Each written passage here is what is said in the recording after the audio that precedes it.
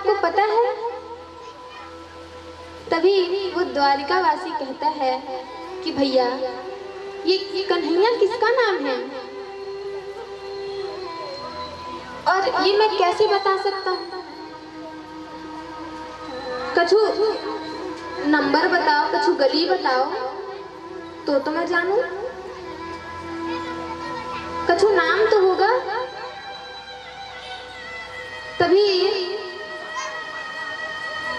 वो जो द्वारिका वासी था वो पूछने लगा, कछु तो बताओ, कछु पता है? तब सुदामा जी कहने लगे कि उनका एक नाम कृष्णचंद्र है। महाराज जो द्वारिकावासी था सुन के कहने लगा कि अरे आप जिसकी बात कर रहे हैं वो तो यहाँ के सर्वेश्वर हैं। उनका नाम ऐसे ही नहीं लिया जाता, उनके नाम में विशेषण लगाया जाता है। बड़े अदों से कहते हैं, क्या कहते हैं? श्री श्री 1008 महाराज धीराज अनंत श्री सुमलंगन छत्रपति राजमूर्ति धर्म चक्रवर्ती सर्वेश्वर द्वारिका नाथ श्री कृष्णचंद्र भगवान, ऐसा उनका नाम लिया जाता है। सुदामा जी सुन के चौंक गए महाराज और बोले, वाह वाकों ने तो बहुत सुंदर नाम रख लिया, इतना लंबा चौड़ा। हमें तो भैया सिर्फ कन्हैया नाम पता था, इतना लंबा चौड़ा नाम हमको तो आज पता चला। चलो अच्छा है। तभी सुदामा जी कहने लगे, अब बताओ अब कहाँ है मेरे कन्हैया का घर, कहाँ रहते हैं? तभी महाराज वह द्वारिकावासी कहने लगा कि ये जो जितने भी अटारी दिख रहे हैं ये 16,108 अटारी महल है महाराज, और भगवान एक एक रानी के साथ एक एक महल में रहते हैं महाराज। और जो वो श्वेत रंग का महल दिख रहा है ना, वही भगवान रुक्मणी जी के साथ रहते हैं। तभी महाराज सुदामा जी जाने लगे, उसी महल के पास जाने लगे और जो द्वारपाल थे उनसे पूछने लगे कि भैया यहाँ मेरे मित्र रहते हैं, मेरे मित्र रहते हैं, मेरे बचपन के सखा हैं, मुझे उनसे मिलना है, आप मुझे जाने दीजिए। तभी द्वारपाल कहने लगे, अरे ये एक गरीब ब्राह्मण कई जगह से इसके वस्त्र फटे हुए हैं और ये हमारे स्वामी ये द्वारिकाधीश के मित्र बता रहे हैं, ये तो नहीं हो सकता, ना तन पे है वस्त्र, ये कैसे द्वारिकाधीश के मित्र हो सकते हैं? तभी महाराज कहते हैं, अरे द्वारपालो कन्हैया से कह दो, अरे द्वारपालो कन्हैया से कह दो, गरीब गया है किधर भी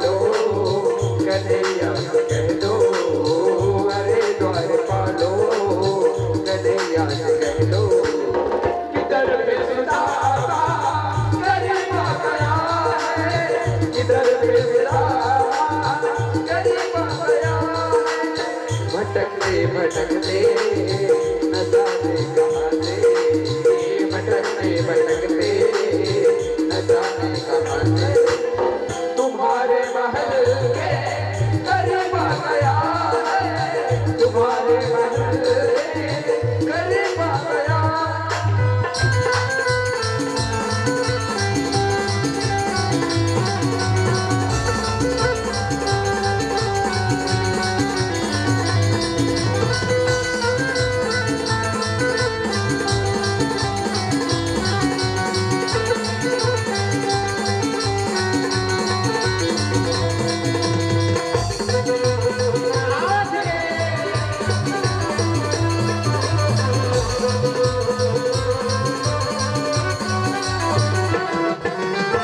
नसर पे है पगड़ी न तन पे है नामा, बता दो कन्हैया को नाम है सुदामा, बता दो कन्हैया को नाम है सुदामा। और देखो सुदामा जी आ रहे हैं, किनको खोजते खोजते? कान्हा जी को ना। तो पीछे से सुदामा पहुंच रहे हैं और कहते हैं क्या? नजर पे है पगड़ी नजर पे है जामा, बता दो कन्हैया को नाम है सुदामा, नजर पे है पगड़ी नजर पे है जामा, बता दो कन्हैया को नाम है सुदामा, बता दो कन्हैया को नाम है सुदामा। एक बार मोहन से जाकर के कह दो, एक बार मोहन से जाकर के कह दो। जो बाहर द्वार बाल खड़े हैं उससे सुदामा जी बोल रहे हैं क्या? एक बार मोहन से जाकर के कह दो, एक बार मोहन से जाकर के कह दो, मिलने सखावत नसीब आ गया है, मिलने सखावत नसीब आ गया है। अरे बार बालो कन्हैया से कह दो, अरे बार बालो कन्हैया से कह दो, इधर पे सुदामा करीब आ गया है, इधर पे सुदामा करीब आ गया है।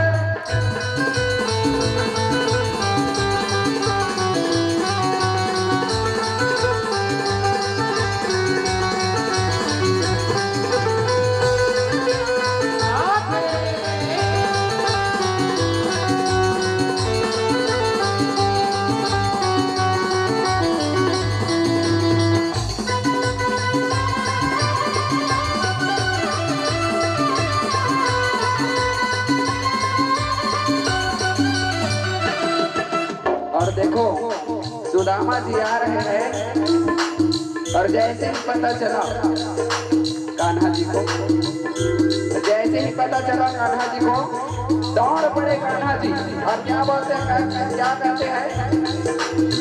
सुनी तेरी दौड़े चले आए मोहन, सुनी तेरी दौड़े चले आए मोहन, लगाया गले से सुदामा को मोहन, लगाया गले से सुदामा को।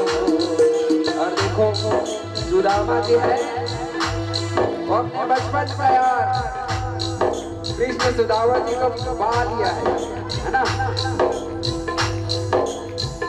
बोले जाए तो मिलन भेंट हो गया है और कहते हैं क्या?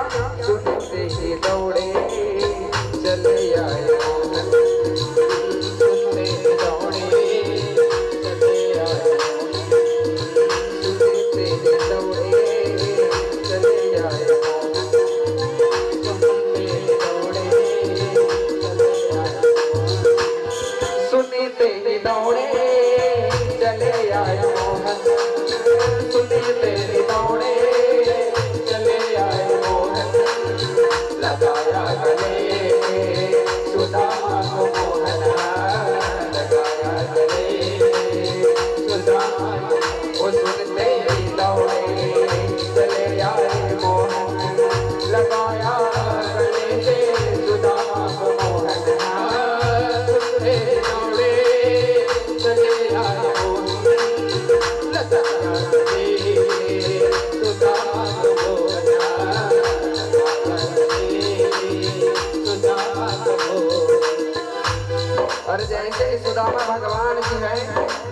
कान्हा जी को गले लगाए। उसके बाद रुक्मणी को क्या हुआ पता है? हुआ रुक्मणी को बहुत प्रिय समझा, हुआ रुक्मणी को बहुत प्रिय समझा। मेहमान कहता अजीबा गया है, मेहमान कहता अजीबा गया है। अरे द्वार वालो नदिया कर दो, अरे द्वार वालो नदिया कर दो। किधर बेसुधावा गरीबा गया है, किधर बेसुधावा गरीबा गया है।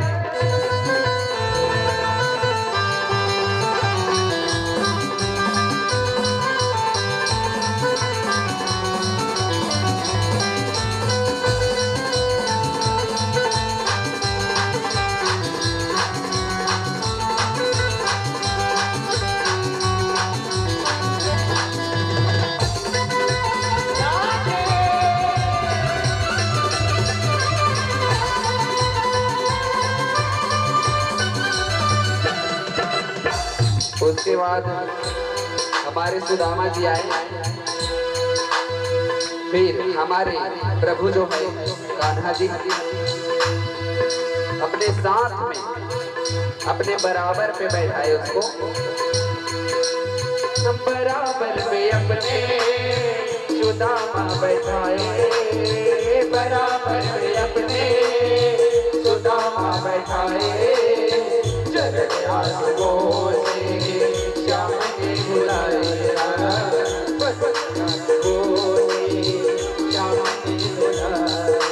हमारे कान्हा जी है उसकी दुर्दशा देख के रो पड़े और अपने आंख के आंसू से सुदामा जी के पैर धुला रहे। बराबर पे अपने सुदामा बैठाए, चरण आंसुओं से श्याम ने बुलाए। बराबर पे अपने सुदामा बैठाए, चरण आंसुओं से श्याम ने बुलाए। चरण आंसुओं से श्याम ने बुलाए। न घबराओ प्यारे जरा तुम सुदामा, न घबराओ प्यारे जरा तुम सुदामा। खुदी का समाते करीब आ गया है, खुदी का समाते करीब आ गया है। अरे द्वार पालो कन्हैया से कह दो, अरे द्वार पालो कन्हैया से कह दो। किधर बेसुधावा करीब आ गया है, किधर बेसुधावा करीब आ गया है। किधर बेसुधावा करीब आ गया है, किधर बेसुधावा करीब आ गया है। किधर बेसुधावा करीब आ गया है, किधर बेसुधावा करीब आ गया है। बोलो वृंदावन बिहारी लाल की, बोलिए भक्तवत्सल भगवान की जय। बोलो जय जय श्री राधे, जय जय श्री राधे, जय जय श्री राधे श्याम।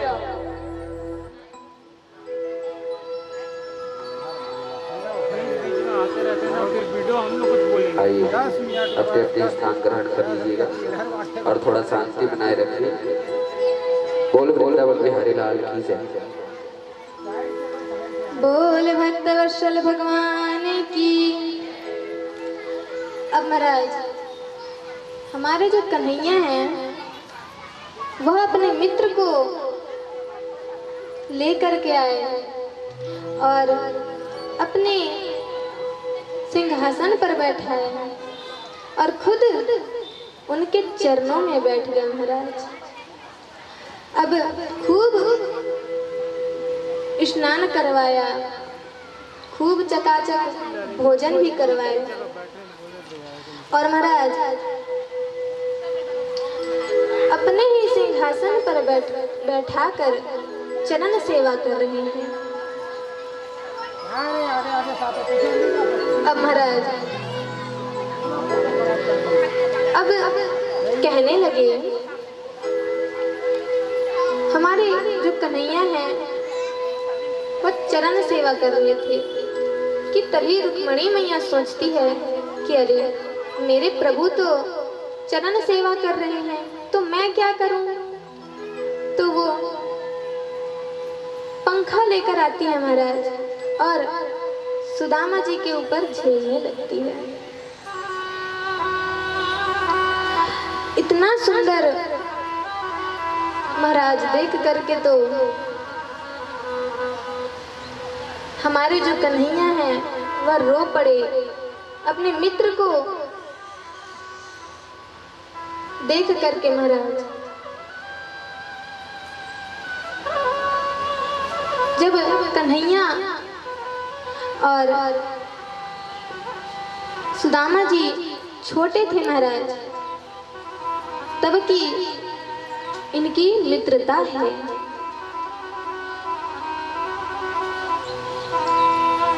हमारे जीवन में कोई ना कोई ऐसा व्यक्ति रहता ही है, किसी भी रूप में महाराज, चाहे वो माता पिता हो, दादा दादी हो या कोई भी, और हम उन्हें अपना सभी बात बताते हैं। क्यों बताते हैं? मित्र समझ के। क्योंकि इस संसार में केवल मित्र ही होता है महाराज जो हमारी बातों को समझ सकते हैं। तो वो किसी भी रूप में हो सकते हैं। हर किसी के जीवन में जरूर होगा कोई ना कोई।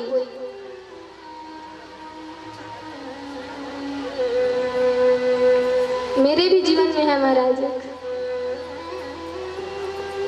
वैसे ही जैसे सुदामा और श्री कृष्ण जी जैसे। और महाराज सुदामा जी बहुत प्रसन्न है महाराज।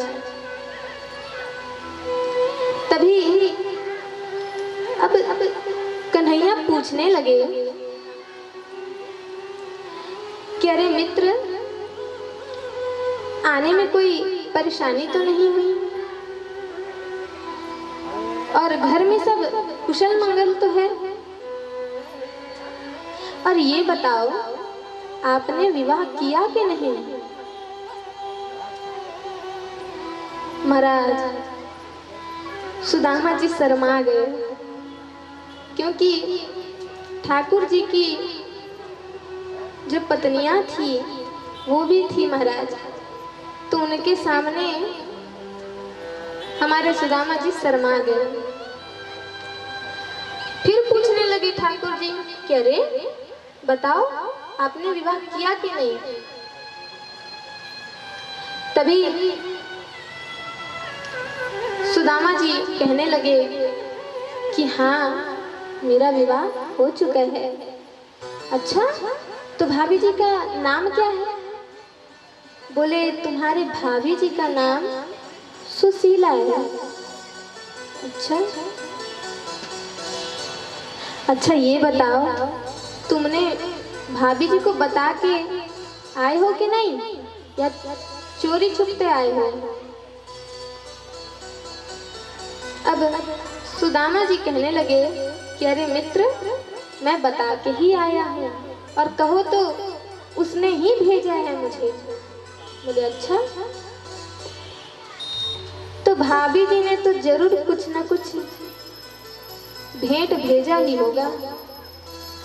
अब सुदामा जी थोड़े उनको ये लग रहा है कि मेरे मित्र तो इतने बड़े राजा हैं, द्वारकाधीश राजा हैं, उनके तो इतने सारे महल हैं, अटारी हैं, और मैं तो एक गरीब हूँ, और मैं उनके लिए भला क्या ही लेके आ सकता हूँ। लेकिन जो मैंने चावल लाया है वो भी नहीं दे सकता। ये जो मेरे कन्हैया की इतनी सारी रानियां हैं वह सोचेंगी कि देखो तो ये कैसा मित्र है, चावल लेके आया है भेंट में। तभी महाराज सुदामा जी कहने लगे कि अरे नहीं नहीं, मैं क्या तुम्हें दे सकता हूँ, मेरी तो इतनी क्षमता भी नहीं है आपको कुछ देने की। ठाकुर जी कहते हैं कि देखो, जिसने मेरी भक्ति की वो चाहे मुझे एक पुष्प ही चढ़ा दे, चाहे वो 1 रुपया चढ़ा दे, एक नारियल ही भेंट कर दे, या चाहे 1 लोटा जल भी दे दे, मैं प्रसन्न हो जाता हूँ। लेकिन यदि कोई मेरी भक्ति ही नहीं करेगा तो मैं कैसे प्रसन्न होऊंगा। और किसी के भी घर जाओ तो कुछ ना कुछ लेके जाओ, आपसे जितना बन पड़े, आपका जितना समर्थ हो। अब महाराज सुदामा जी तो मना करने लगे कि मैं तो कुछ लाया ही नहीं, और एक हाथ छुपाए हैं महाराज, और उसमें एक पोटली रखे थे।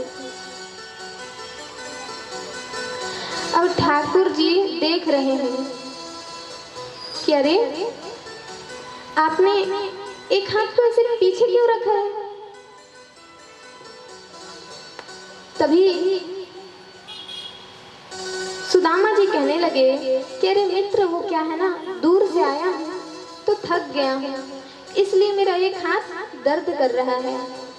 इतना सुनते ही ठाकुर जी कहते हैं अरे जब हाथ दर्द कर रहा है तो मैं पैर क्यों दबा रहा हूँ, मैं तो फालतू नहीं आपका पैर दबा रहा हूँ, मुझे तो हाथ दबाना चाहिए। तभी महाराज ठाकुर जी ने उनका हाथ खींच लिया महाराज, और जैसे ही खींचा तो वो पोटली जमीन पर गिर पड़ी महाराज, और भगवान ने उसे झट से पकड़ लिया। अब इधर सुदामा जी सोच रहे हैं अरे कन्हैया ने तो पकड़ लिया। अब जो हमारे ठाकुर जी हैं वह उस पोटली को खोलने लगे, और खोलने ही लगे महाराज, और जैसे ही खोला तभी उसमें 4 मुट्ठी चावल थी। अब महाराज भगवान ने 1 मुट्ठी चावल लिया और खाने लगे। 1 मुट्ठी चावल खा लिए महाराज। अब वह जैसे ही दूसरी मुट्ठी लेने लगे कि तभी रुक्मणी मैया ने उनका हाथ पकड़ लिया और उन्हें रोक दिया महाराज। कहने लगे कि अरे आपका इतना बड़ा परिवार है, 16,108 रानी है, अगर एक एक दाना भी दिया जाए ना तो भी कम है। आप सभी को खा जाएंगे क्या? हमारे लिए कुछ नहीं बचेगा। तभी रुक्मणी मैया वह पोटली ले लेती है महाराज। अब महाराज सुदामा जी बैठे हैं महाराज। अब कन्हैया कहने लगे कि अरे मित्र, तुमने तो इतना सुंदर भेंट लाया है और तुम कह रहे थे कि कुछ नहीं लाए। भाभी जी ने तो बहुत अच्छा भेंट भेजा है। अच्छा ये बताओ, भाभी जी ने कोई संदेश तो भेजा ही होगा जरूर। अब सुदामा जी कहने लगे कि हाँ हाँ जरूर। अब महाराज सुदामा जी कहने लगे कि जो आपकी भाभी है वह कह रही थी, उसने ये संदेश भेजा है कि एक मास 2 पात में 2 एकादशी होए, मेरे घर गोपाल जू नित्य एकादशी होए। तभी महाराज भगवान ने सुना तो नेत्र सजल हो गए। 2 मिनट आंखें बंद की और उत्तर सीधा भाभी जी के पास भेजी महाराज और कहने लगे, होनी थी सो हो गई, अब नहीं ऐसी होए, भाभी तेरे महल में रोज द्वादशी होए। बोल भक्तवत्सल भगवान की। अब महाराज सुदामा जी अपना सर्वस्व प्रदान भगवान को कर दिए और भगवान ने भी अपना सर्वस्व सुदामा जी को प्रदान किया।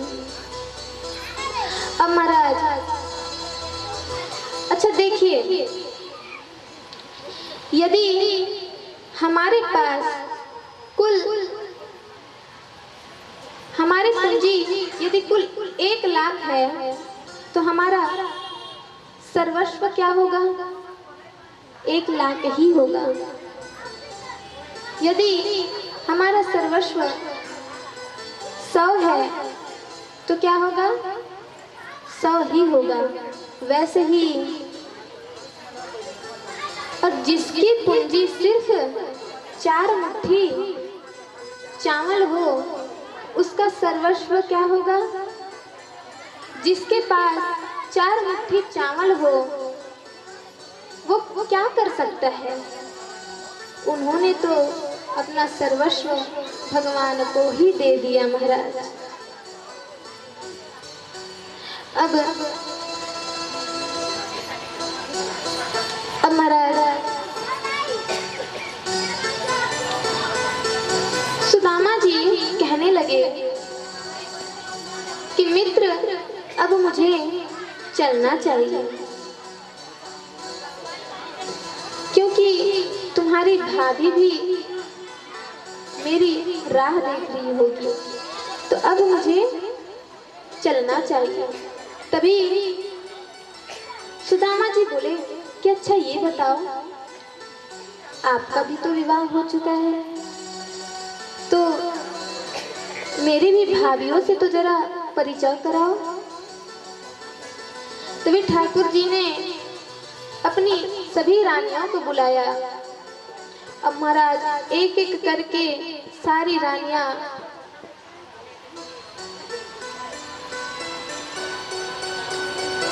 जो सुदामा जी हैं उनके पांव छूने लगे। अब महाराज ऐसा करते करते 200 पार हो गई, फिर 400 पार हो गई महाराज। अब तो सुदामा जी थक गए और कहने लगे कि अरे कन्हैया, और कितनी तेरी रानियां हैं? मैं तो इन्हें आशीर्वाद देते देते थक गया। तभी ठाकुर जी कहते हैं कि मित्र अभी तो 16,108 रानियां हैं, अभी तो ये शुरुआत है, अभी तो आपको सभी को आशीर्वाद देना है। तभी महाराज सुदामा जी कहने लगे कि आप एक काम करिए, आप मेरा आशीर्वाद ले लीजिए और उससे सभी रानियों को आशीर्वाद मिल जाएगा। अब महाराज ऐसा कह के सुदामा जी वापिस जाने लगे और उनके पीछे पीछे हमारे ठाकुर जी भी जाने लगे। और महाराज सुदामा जी मन में सोच रहे हैं कि अरे कन्हैया ने तो मुझे कुछ भेंट भी नहीं दिया, इतना स्वागत सत्कार किया, लेकिन भेंट में कुछ तो दे देते।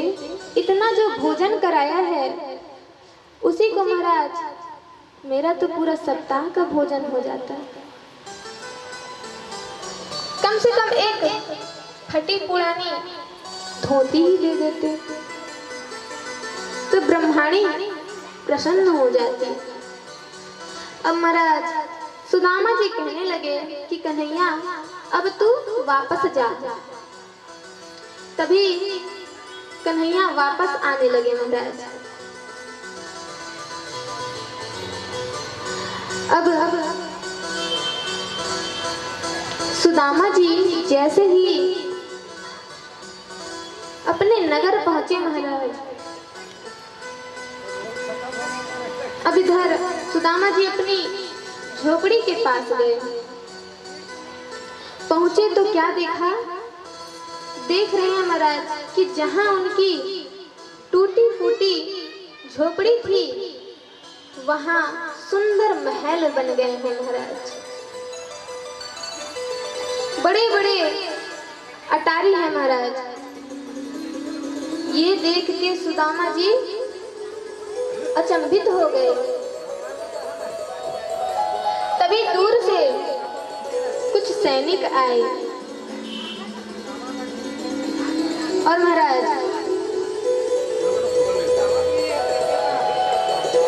वह सैनिक आवाज लगाने लगे, जोर जोर से आवाज लगाई महाराज। बोले बोल सुदामा महाराज की।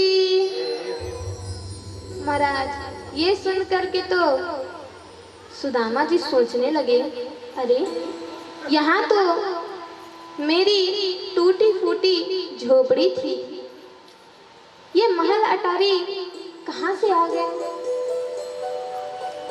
सुदामा जी सोच रहे हैं महाराज। अब सोच रहे हैं हो सकता है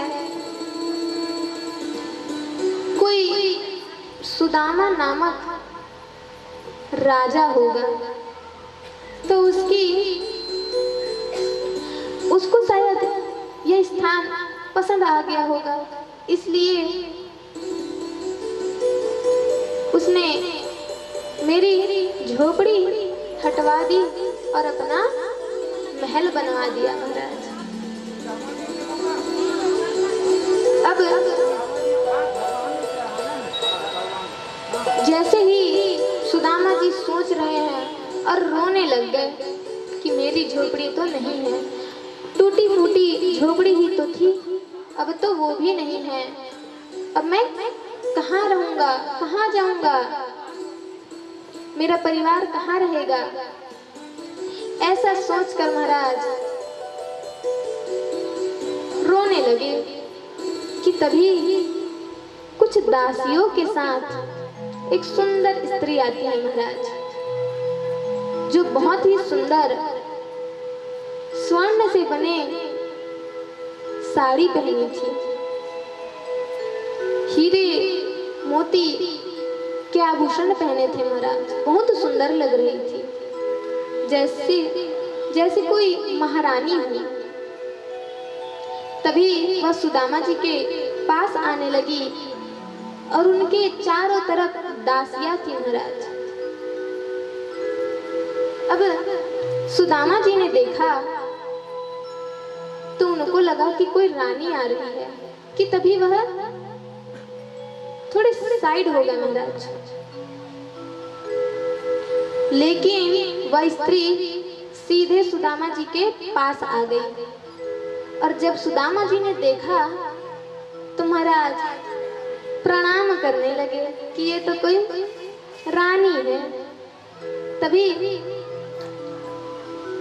वो स्त्री कहने लगी कि अरे प्रभु, ये आप क्या कर रहे हैं। अब जैसे सुदामा जी ने यह आवाज सुना तो सोच रहे हैं, अरे ये आवाज तो कहीं सुना सुना लग रहा है, किसकी आवाज है।